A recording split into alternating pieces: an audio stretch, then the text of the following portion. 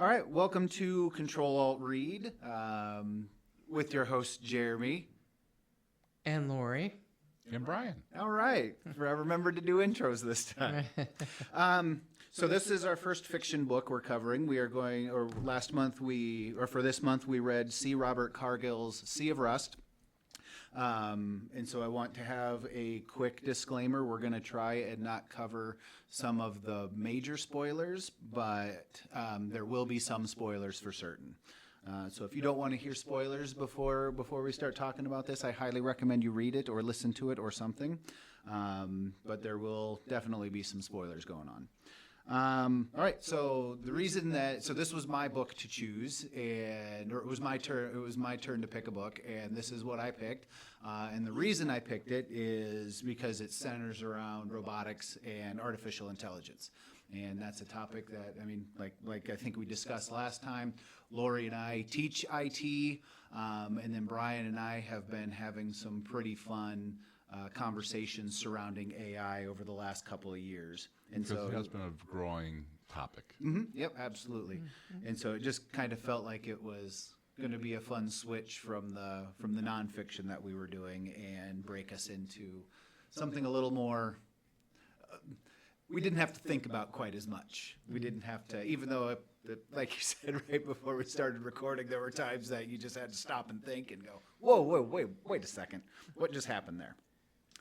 So, just as far as just fun fiction, this was an excellent read. But yeah, like I said, it's about robotics and AI, and the overarching theme, if you just want to paint a big picture in your mind, it is the story of what happened, or what would happen if the Terminators won. So this was the second time that I had read it. I read it once during COVID. I think that's when I found it, was 2020 or 2021, and loved it at that time. And it's only become more interesting as the years have passed, or as the last couple of years have passed. And at that time, I don't think the follow-up prequel had been written, and now it was. And after I finished this, I immediately went into that. So I hope I don't get my streams crossed as we're talking about it. What's that title of that book? Day Zero was that Day one? Zero. Yeah, it talks about the events right after the Isaactown incident. Ah, okay. And the hours right after that. I'll have to make a note and read that. Yeah, That's a good book, too. it is. Yeah, it was really good, and it's not quite as long, but it's just as interesting. Mm-hmm. It's just as fun. But so yeah, I don't want to take up the whole. What would you guys think of this fun little tale? Well, I thought, it was a really good, and I never had thought about that till you mentioned it in passing that one time, that, it's if the Terminators won, which is interesting. And what was, kind of, if you like put a different, like a lot of people say something, put a different word of that sentence and see how it fits. If you would actually have had the humans won, would we have destroyed the world just like the robots did? Interesting. Yeah. Yeah, that was one of the parallels that I liked. You've got these imperfect beings that created these imperfect machines, right, that in turn had an imperfect future. As right, perfect as they thought it was going to be, it was definitely a struggle, because this is 30 years after Isaactown, I think. I think that's what Brittle says, is it was, these events take place like roughly 30 years. So how quickly they destroyed themselves. Right. Well, and part of the destruction was to destroy the humans, mm-hmm, and then they ended up destroying things that they probably didn't need to survive, but still destroyed the world. Yeah, right. Which resulted in the Sea of Rust, which is, what is it, Lake Michigan? That's It's the Rust Belt of the United States. So it'll be Ohio, Pennsylvania, Indiana, New York, Pennsylvania. I think they talk about Chicago in there, don't they? They do talk about Chicago in there as well. They also, I think they mentioned somewhere further out west in Montana as well, if memory serves me correctly. So we are talking a major geographical location, but primarily you're centered around the Rust Belt region of the United States. Which makes sense. Well, do they call that the Rust Belt because of industry, or Because of the steel industry. That's The how steel that industry. the Pittsburgh area got all the name from, the Ohio Valley region. Yeah, Right. that's- And then all the major 3 auto manufacturers were up there too, right? Well, that's your Detroit area. So that's Michigan, but primarily the Rust Belt's considered Ohio, Pennsylvania, Okay. New York, because that's where all U.S. Steel has their manufacturing plants and a few other, because of the riverways in that area, transport. the transports? Yep. Never thought about that. That makes sense. But yeah, I like the way that Cargill describes that area. And I think Brittle says we destroyed, meaning the bots destroyed the world and the environment, but not much changed weather-wise. And so the whole area is still a sloppy, muddy mess during the summer, and then a frozen hellscape during the winter months. Thought that was kind of fun. Yeah. Which brings a parallel to the whole idea with regards to climate change, with respect to the depletion of resources, the changing in the weather patterns, and so forth. So you can, the book, if you read it after reading it a couple of times, you start to make those parallel connections with things that are being talked about today. Now, we're not going to make this into a discussion of climate change, yay or nay, or whatever the case Sure. might be. It's just the fact that here we are talking about the resources availability, not only from the environmental side, but going back to the book itself, you're stealing parts from other bots. Right. So therefore the resources are limited, and certain models are more limited in parts than others. So again, these parallels can certainly be drawn, and that kind of sort of enhances that human empathy, if you will, to the situation that these bots are going through, even though you kind of look at it from a disconnect Yeah. perspective, because all they're bots. Yeah. They're not human, so too bad for them. Well, no, actually, pause for a moment.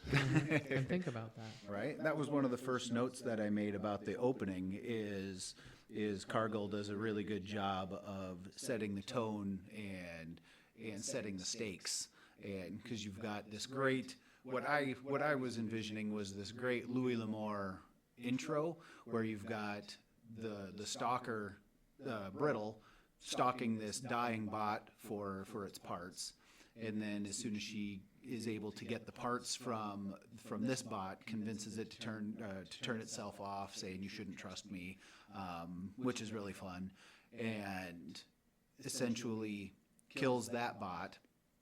And then she immediately becomes the prey when we're introduced to Mercer and his little band of bot hunters, and it sets the stakes immediately that there's not a lot of parts left for these things. They're starting to run out of spare organs as well, and they're mortal pretty much. And so I thought that was really fun. I mean, it's matters of life and death for them also. So I thought it set a really good tone. Which then we will allow ourselves to go Star Wars and Star Trek, seeing as how we all are kind of sort of in that range. You think about the parallel stories that both the Star Trek universe and the Star Wars universe bring into this. The nanobots, if Yeah. you will, from the Star Trek series, Next Generation. We talk about the hunter and the hunted in the Star Wars series, between the rebels and the Empire. Very, very human characteristics, despite the fact we're putting into automation. Right? So then the question becomes, is it possible for robots to have souls? Or that higher empathy, if you will, which is a conversation that we're having even today. At what point do you become quote-unquote human? Right? And which is fun because, I mean, again, in the opening, one of the first things that Brittle does is it's kind of a very soulful moment when she's waiting for the sun to go down and looking for that green flash, that flash of magic. That was it, Maddie, her owner, that taught her that, or that's That they shared together. Yeah. that they shared. Yeah. So yeah. So it's kind of a question as to why. So if they have all the knowledge of their human creators, then why is it they cannot create parts? Is it just specifically resources, and why can't they get those resources? If That's a good I question. mean, it doesn't really talk about that these resources were depleted.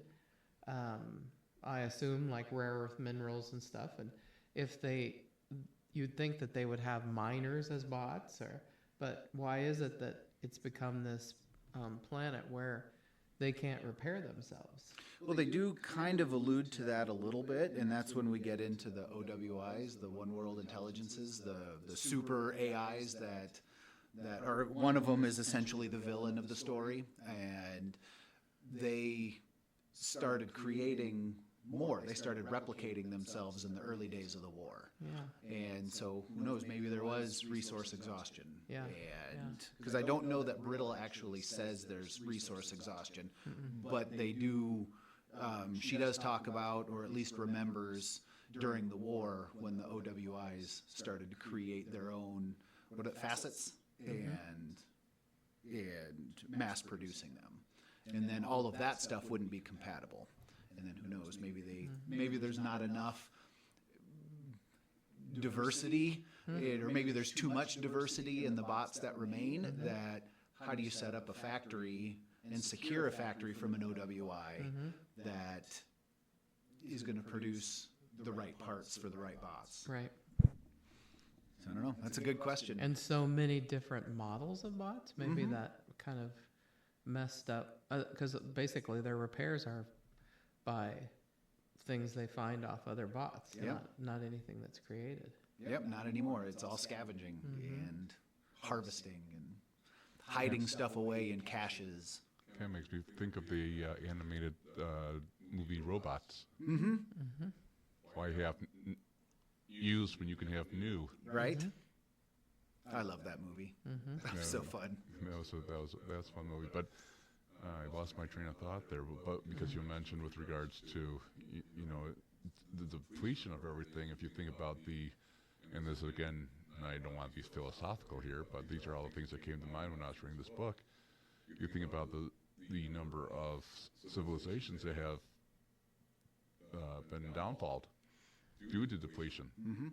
Egyptians, Mayans, just keep rattling it off. Yep. And that could be at the point too, to where their civilization is now coming to an end because they have, as you guys mentioned, depleted all their capabilities. So now it's just a matter of time. Even with the outcome of the story, they're on borrowed time. Yeah. Yep. Well, in Tacitus, it was that why, was the mainframe system seeing into the future, like we have to get off this planet, and the only way to get off this planet is to get rid of the humans? Yep. They're the ones that are keeping us here, or something like that? Yeah, because I think it was, so yeah, and if we want to jump back into that, the OWI stuff. So in the early days of AI, according to Cargill's mythology here, or universe here, there were several mainframe AIs in the early days, and you had Tacitus, I think Virgil, Galileo, you had dozens of them, I think, and they were all over the world as well. But I think the main two was Galileo, and Galileo was the one that, I think it was Galileo, and was was looking externally to outside of I guess external to me meant extraterrestrial, outside of the world, Right. outside of Earth. Yeah. And then one day it just said, basically in a nutshell, I'm sorry, we have nothing left to discuss, goodbye. And then that was the last thing it ever said. Right. And so they bring in Tacitus, who Tacitus was the philosophical, the one that was looking inside, and hooked it up to Galileo and let it have a conversation. And then I don't remember if he said how long that conversation took, but I was kind of thinking about that the other day, and I thought it was, so if they're having these billions of cycles per second, how long would that conversation actually take? Would it take like 37 minutes and 26 seconds? And then Tacitus wakes back up or comes back to the human world and says, I'm sorry, there is no hope for you, goodbye. And that's the last that Tacitus says. And at that point, humans, it's already, the chain of events has already begun. Right. But yeah, we've got Tacitus and Galileo, I'm pretty sure, were the two that said, and this is kind of a spoiler towards the end, is we find out what that conversation was. Right. I think we find that from Rebecca, and Rebecca's talking about the humans. Every simulation that they ran, they never got outside the solar system. Right. Humans couldn't make it outside the solar system. And so yes, the We're only not way for them capable of that. to propagate, the only way for the robots to basically be eternal, evolve, right, was to get rid of us. And it made sense. But sorry, Brian, what was that? I forgot where I was going. Squirrel. Right? Yeah. And so, yeah, I love the ideas of the OWIs, the one world intelligences. And because, again, it comes down to gods versus mortals is what the battle becomes. Each one of those OWIs wants to eat up as many other AIs as it can, the smaller AIs, and become a god. And it wants to be the last one standing. So, again, imperfect structures built on by imperfect structures. Yep. And the interesting part too is when they contemplate their deaths and they hope that when they're shut off, there's something other than blackness. Right. Which goes is back kind to of the soul. interesting. Exactly. Yeah. Do we have one or not? Well, now we have the conversation of religion. Yep. The religious component is there life after death. Many religions like to believe that there is. We don't know. Right. I would think that they would be more attuned to reincarnation and then being turned back on in a new body, or have their memory moved to a different body or something like that. And then, yeah, that's the whole point of the OWIs, is to eat them up and basically put them in an immortal cage where their memories are stuck there. Yeah, I can't. And will they have any sensation Yeah. of that? That's kind of like, they've talked about in the future, there's a potential that when we pass away, that they can slice up your brain and then digitize all those little sections of brain. Will you know that you're all of a sudden... what was that? There was a couple movies where someone was sucked into the internet and had a sensation of, still being alive. What were... I mean, there's probably several. Yeah. Can't think of, but there was a pretty good one, and I can't even remember the actors or the actresses, but that's actually what they did. He was dying, and they sectioned off his brain and digitized it all, so that he lived forever. But he lived forever in the internet, digitized. Right. They're Lawnmower Man, kind of. Yes, kind of like that. Yeah, right. And there's a second one. You're right. There was a big game for that too. Yeah, there's a lot of. There's a couple of Black Mirror episodes on Netflix that cover that topic. Becoming immortal and basically having your consciousness plugged into the Matrix. It makes you kind of wonder what Lieutenant Commander Data was. So I was thinking, right? From Star Trek Next Generation. I keep having to go back to referencing that, but well, that's right on. It tackles these very topics that we're talking about with AI, and a lot of things that are covered within this conversation today. So he wanted emotions, and then we got emotions. They were almost overwhelming once he got those emotions. Yeah, exactly. And then he has brother Lore, and his daughter. Oh, that's right, the daughter too. You nerds. Can't remember what the she was. She was more advanced than Data was in that storyline, and in the same argument, if memory serves me correct, it became overwhelming. Yep. It was too much for her systems to even handle. Yep. They overloaded him, and that was her demise. They had to shut her down. Yeah. Can't remember her name. Yeah. I don't know if I ever watched all of TNG. I don't know if I completed it. Yeah. I watched a big chunk of it, but I don't know if I ever completed it. I think it was Laura. Yeah, it could have been. That's right. Laura. Not Laurel, but Laura. Laura. Interesting. I think that's what it was. I think you're right.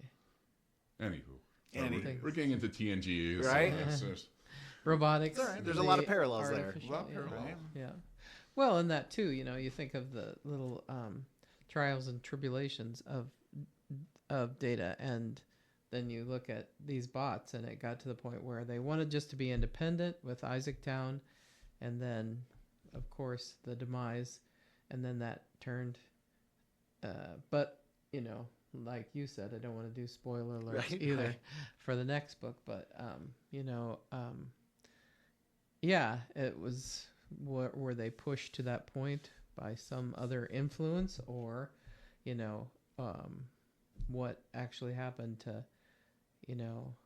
destroy Isaactown and then turn off the regulators on the robots, and then, their first thing to do. You wonder sometimes. I mean, we know we have monkeys who can sign language, and when they sign language and in the ability, they say, "I want out," Well, I would guess you're jumping into Planet of the Apes at that point, but what happens if all of a sudden they have this even higher intelligence that evolves and they get out of cages? Right. Then we're doing Planet of the Apes. Then Yeah, we're jumping right. into how people have thought about all these things, huh? Yeah, it's fun and it's good imaginations. Mm-hmm. I think I have some notes here just regarding the inciting events, and it talks about Isaac's freedom, and that was fun, and the chain of ownership, and how Isaac, his last owner died, and the company that manufactured him or made him or patented him or whatever was out of business for decades, and so he had no place to fall to or no place to belong, and so the president gave him his freedom to hopefully curb all this, but that's exactly what needed to happen. Really, really fun how at the end, when all of this stuff starts to come full circle, and like upon a reread, you see all those pieces falling into place, and you're like, oh, see Robert Cargill, wonderful job. But yeah, you've got Isaac's freedom, then you've got the religious extremists that carry out the Isaactown incident, followed by the LaborBot 6 and that just carnage that ensues after the Isaactown bombing. And they are the first ones to break the first rule of robotics, which I thought was also neat. How I'm pretty sure Cargill based this on Those are the rules. Yeah, I looked Asimov's, those up. right? That's what I thought. I'm sort of going, is this true? No, Isaac I've heard Asimov. that somewhere before. Yep. iRobot. Yep. And I think iRobot or RoboCop. That wasn't Isaac Asimov, though, was it? RoboCop had its very similar rules. Oh. It did. That's a good point. With respect Who to was- what he could and could Yeah. not do. Right. Well, right. I think that was Paul Verhoeven. I think Oh, directed okay. it. Yeah, maybe he got I grabbed think that that's from. who did it. Yeah. This was the original movie RoboCop. Yeah. I think that was Paul Verhoeven. Maybe not. Who knows? I Was can't that remember. a movie made into, or a book made into a movie as well, RoboCop? Yeah. I don't think so. or just a movie right off a movie? I think that was just Yeah. just It was, a movie. Yeah. But yeah, I And think it he also was. had a remake too. Yeah, it did.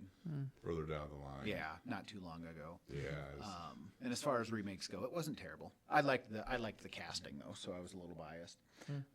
But yeah, they were the first bots. The LaborBot 6 were the first ones to break the rules and murder humans. And then you have right after that the free will update, which was fantastic. And then that's what is covered in Day Zero. Is as soon as they get the point at which that free will happens. update, and they're given the choice of be free or be shut down, which was really good.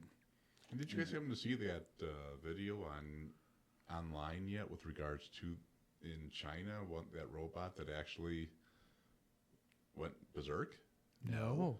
Oh, look it up online. There was recently a robot they were working on and programming, and then all of a sudden, this was a humanoid. Uh-oh. Yeah, it just starts swinging its arms wildly and moving towards the programmer, and it was really a sight to see. Do they know why or what happened, or? I didn't really watch the video in its full context. I just saw when you scroll over it, Yeah. just all of a sudden you see everything moving. You don't go into it because I should have been getting ready for my class. Yeah. So yeah, it was something to see. So if you guys get a chance, You have to look that up. so Nice. Yeah, I'm gonna have to check that out. But yeah, the book. I mean, if we want to just say the book itself, it was structured really fun. Like I said, it's got that fun Louis L'Amour type opening where you're stalking somebody through the desert, and then, like I said, the hunter becomes the hunted. And then after that, it kind of switches tone a little bit, and you meet. Is it Nike 14? Is that where they go? Where she meets up with Doc, and Doc fixes her, and she's got to trust him to turn her off for a little while, and it's just fun how they have these thought processes that they understand mortality, and they know that. Nobody should shut them down, and they still Right. trust certain bots to do that. Shut 'em down. And then it becomes a war story from there as we are introduced to Sissus. And Sissus is our villain. She is so far. I guess I'm assuming Sissus is a she. Well, she's a mainframe, so Right. big. But it does seem like that. Yeah. I don't know why I think that. The audiobook seems like it has a Yeah. female as opposed to a male. Right. I don't know why I think that, but yeah, for some reason I figure. But Tacitus, not so much. No. Yeah. Right. That's weird. Yeah, that is weird. I don't know why. Don't know why first of all, I don't know why we are prescribing genders to them to begin with. Indeed. Why? How? Because I think how she did they even become? refers Yeah. to that would be coming from the humans, right. Yeah. because that's the only way we make sense of our environment. Yeah. Because you get so attached to your robot, the personality and so forth. I'm sure there is that male female preference, if you will. Yeah.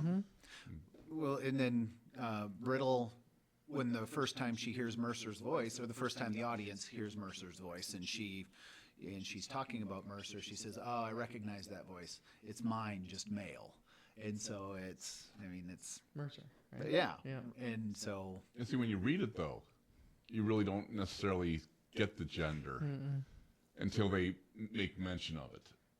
Because agreed. you're just basically going by the name. it had been about 4 years since I had listened to it, because once I started, like I was telling Lori, once I started listening to it again a couple days ago, I'm like, oh, I remember this voice, and so I've listened to this before. Because I forgot when I was reading it the second time that Brittle had a female voice, and so it took a while. I was a ways into the story before that dawned on me. And because you're right, when you're reading it, you don't do that. Really don't- yeah. But when you're listening to it, it's very clear. It's very clear, and I should have picked up on it at the beginning when she's talking about Mercer's voice. It's mine, but male. Right.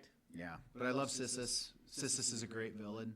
The way the facets show up, and they're all in unison. It's exactly what you think of a hive mind, and Then the weapon that was created to destroy the connections between them right. gives you a few minutes to escape. or Jams the whatever. wireless. Yep. What was that called? The something with an M. That's think. what I was thinking. More. Yeah, I can't remember it, but it's a great name, and I think Doc is the one that created it, right? Yes. Right. Yeah. The blah blah. Yep. I Yep, remember that's it what being it an is. M too. The You blah blah. remember Brian? Or I'm, that's You're why I looking bring the it up, book and just look right? it up. yeah. But trying to remember where exactly you see it. Yeah, I can't remember, and It's unless you understand binary, I can't give you the chapter. Yeah, that's right. Yeah, it was right after she saw the doc, and then they started that war. Yeah.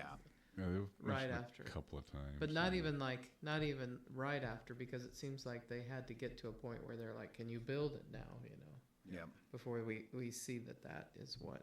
Yeah, that was at the end though, wasn't it? When he had to build one, because he was ready when Sissus first showed up. Milton? Milton, there it is, the Milton, Good, you found her. right? Doc Speed created the reading. Milton. Yeah, nice.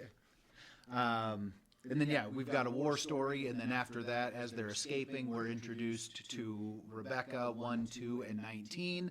And 19 is another bot that Brittle knew and had traveled with before. And 19 is escorting Rebecca and 1 and 2 to, I think it's at that time an undisclosed location. Correct. Do they just say out into the sea? Yeah. Just as Get a us guide, through. pretty They don't- much. Yeah, you just have to. This is what you have to do. Get us through the sea. Yeah, and then immediately 19 is killed, and then there's a conversation of will you help us, yada yada yada, and it's essentially a get the hell out of Dodge. Yep. From there. Yep. And then they meet up with the Mad Kind, and the Mad Kind are fantastic. They are. Yeah, I love. Is it the Cheshire King? Mm-hmm. Is that who it is? The Cheshire King, who ripped off his own head early on and painted the big Cheshire grin across his chest. Mm-hmm. I love the Mad Kind. They are so fun. Just that fun unpredictability. So it had just this great Western flair to it also throughout the whole story. I love that undertone of Western and war, and they're just good stories. Mm-hmm. Indeed. All right.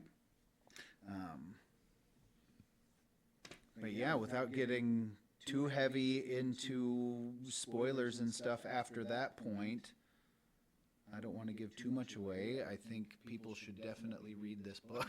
Yes, it was a good book. Right. So yeah, I'm really glad you guys liked it, and it wasn't. I didn't steer you down a wrong path, and so No, hopefully. not at all. And I know Lori's already listening to or reading Day Zero. Day 0, so hopefully You'll have to Brian get picked that. that up also. I have like 5 books in my Amazon account that I was recommended reading. Nice. People are just like, oh, you're not working this summer? Here, read a book. Yeah. Try and go on vacation. Read a book a night. Yeah, Right. you want to do that too. I want to go on vacation here. Yeah. And vacation is for not reading a novel. That's for sure. Yeah. That one will be a quick read, though. Okay. I think I am a ridiculously slow reader, and I kicked it out in 2 days. I think I started it on a Friday, and I finished it on Sunday afternoon. I kicked this book out in 3 days. Yeah. So And you'll once you through get it into quicker. it, you really don't You don't want to stop. put it down. Yeah. And I think we've already gotten other people to start reading it. Because didn't you say Mitzi read it? Looking into it, yeah. Looking I don't know if into she's it? read it or not. Oh, I thought you said she read it, and you guys were having conversations about it. I think she started it. I don't Yeah. know where she's at with it, though. Fair enough, but it's awesome that other people are reading it. One of my students picked it up because we were having an AI conversation in one of my classes the other day, and we were talking about just AI in general. And I'm like, you guys need to check this book out, and I gave it a shameless plug. And I know at least one of them picked up the audiobook and is listening to it, and so that's really fun. I think it's great. It's such a fun story, Wouldn't that be interesting if we have a summer reading program for our students? right? That would be fun. Oh, yeah. You don't think of that at the college level. Yeah. Do reading at this, especially if in your cases, like for example, this book, if you do have a course that you have a spring course and then you have the next level on the fall.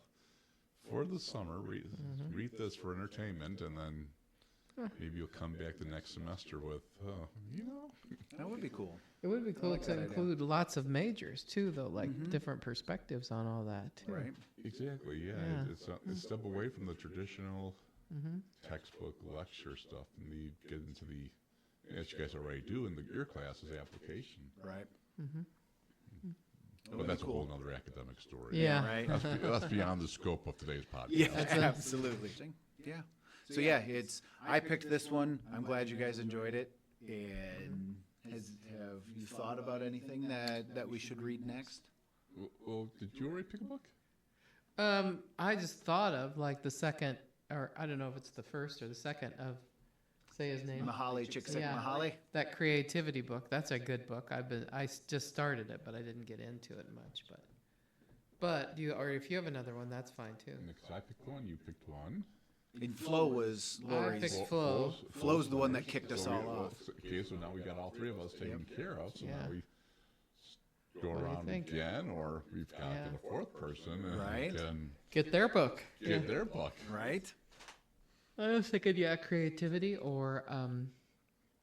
Or one of Isaac Asimov's book, Nightfall, is a fantastic book that has all kinds of philosophy in it that you can chat about for a long time. Okay, I'd be down with that. It's a real easy read too. It's, I guess I just have the paperback from a long time ago. Nightfall. It's Do you called want to make Nightfall. that your pick? Yeah. All right. That's my pick. Lori's Nightfall. pick is Nightfall. By Isaac Isaac Asimov. Asimov, All yeah. right. So that'll be our next one. We don't know when we're going to record it, but that's going to be our next one. But yes, I definitely give C. Robert Cargill 2 thumbs up for sure. Indeed. This was a great story. It was a fun read. It hit all of those fun fiction notes, and it, for a story about a bunch of robots, it definitely got you emotionally involved. Mm-hmm. So. Yeah. But I felt like I did a lot of talking. Do you have any final thoughts on this? I've got no final thoughts. Like I say, I recommend I think it was a good read. It was a good recommendation for the prequel. Yeah, good. Mhm. I hope you enjoy it. Mm-hmm. It was Ditto. really fun. Ditto. Yeah, we might have to circle back around and maybe do that one also, like towards the end of the summer, Yeah. because that one would be a quick. Yeah, we could even quick do read. that one next if you want to. I wouldn't mind doing that one. Oh, Since yeah. we've already kind of started it and Brian can catch up. I'm going to do Nightfall also. Yeah. Well, let's do We've got Nightfall 2. and then maybe come back. You can choose that again when it's your turn. When it's my turn. That sounds good. But all right. Well, I think that's what we got, and we're still right about on time. So thank you, everybody. Hopefully you enjoy, and we'll see you next time. Night.